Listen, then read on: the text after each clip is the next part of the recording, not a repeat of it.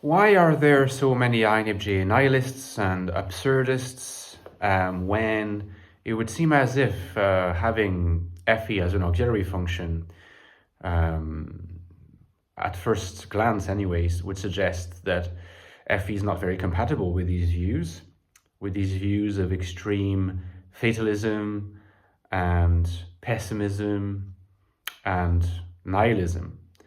It seems that first of all, we need to consider whether INFJs do have those traits, at least often do have those traits. And secondly, we have to sort of look at the relationship with FE and whether there's anything that can be gleaned there.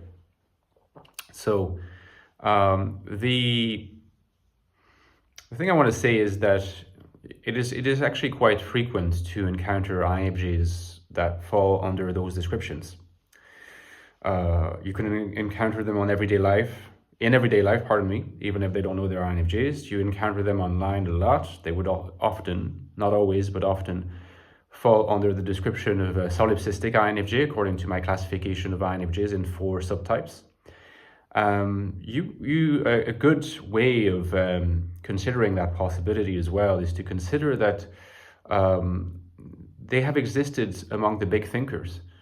I think perhaps the crowning example of this would be in someone like Arthur Schopenhauer, who was strongly pessimistic and whose views, if they are entertained and taken seriously, could certainly lead to some kind of nihilism, particularly with his idea of the absolute authority of will over anything else. And you can extend that to Nietzsche for those who are willing to consider the possibility that Nietzsche was a solipsistic INFJ and not an INTJ. And there's many other authors. I mean, Dostoevsky embraces those views, at least considers those views in the numbers of his works, and there are other INFJs that you could use as examples. So that's not to say that nihilism, absurdism, pessimism are always featured in INFJ thinking and INFJ works, but these are definitely particular traits that occur frequently enough that it's worth asking the question, where does that come from? Now, of course, INFJs are anti-dominant,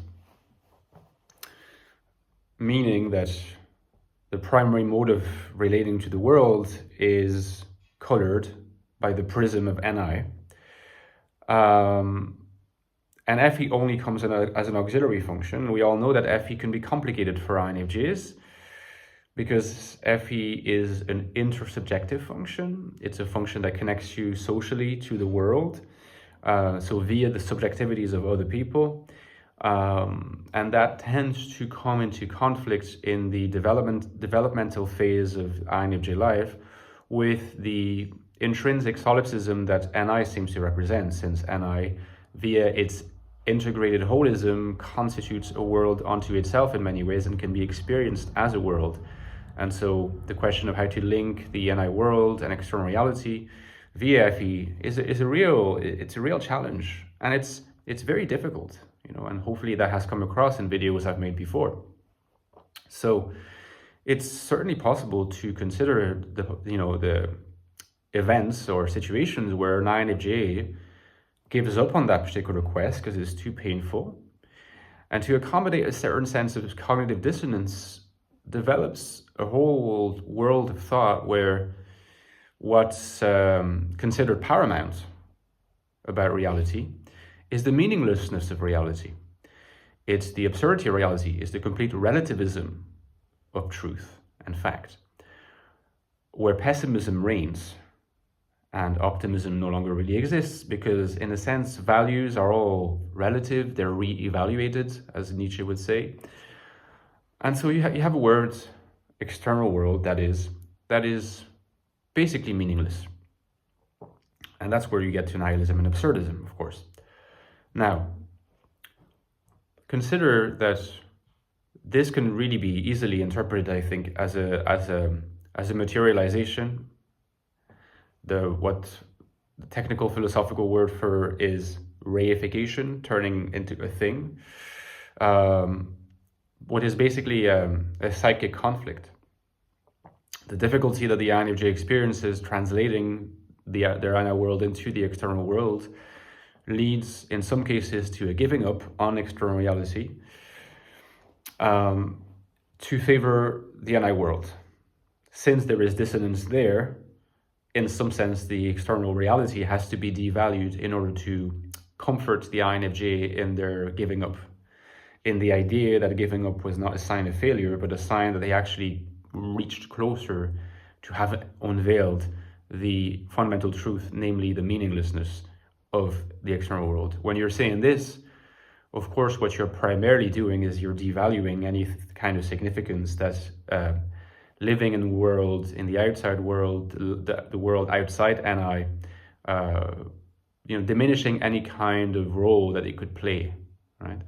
And so you're, in a sense, you are, instead of trying to resolve severance, right? Severance being the child of alienation. Instead of trying to resolve severance, you are saying severance is good. Severance is good. There's a reason why there is this severance. It's to protect me and my NI world, my comforting NI world, from the danger of this entirely useless and meaningless and hostile external reality.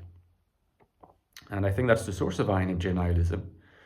It's a defense mechanism, of course, intellectualized to resolve cognitive dissonance. The role of FE in this is interesting because you see there's a difference between different uses of FE, and you can have a use of FE that is natural but incomplete. So in the case of a nihilistic INFJ, what you don't get is socialized FE in the sense of engaging other people, but you do find the universalization of behavior and moral precepts that come with FE and not with FI.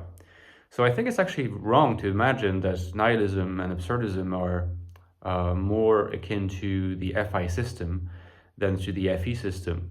I think that FETI or TEFI, depending on the direction you want to look at the axis, is probably in fact more conversant with nihilism than the FIT axis, because a strong FI user will say, look, everybody have their own values that they pursue relentlessly and that are incredibly meaningful to them. The idea that things being individually meaningful to as many people as there are in the world, everyone having their strong individual network of meanings, that's something that is very familiar to the FI view of things. The FETI view of things through that particular axis will be rather to say, okay, I have reached this conclusion, and this conclusion, namely, for example, that things are meaningless to me, must universally apply to absolutely everybody. And so you have universal nihilism, and that's the reality of the world. Well, that is actually an extrapolation that is much more characteristic of the impersonal and universalizing tendencies of FE than of FI. Oh, excuse me. So you really have to consider that fact that the reality is the FE is impersonal and universalizing. So if you have a particular axiom for yourself and you decided to apply to everyone, that is more a sign of a particular use of FE. Of course, the more you do that in isolation from other uses of FE, that it would involve engaging with other people, which in some sense would immediately resolve the issue with nihilism, because you immediately realize that, yeah, the world is full of meaning. And well, you can end up with those particular philosophies espoused for a significant period of time, or perhaps for your lifetime. So if you thought that was enlightening, guys, please drop me a like. Hopefully I answered CL Stripe's question. Don't forget, I have written 2 books on the INFJ where you can learn a lot more about all these different topics.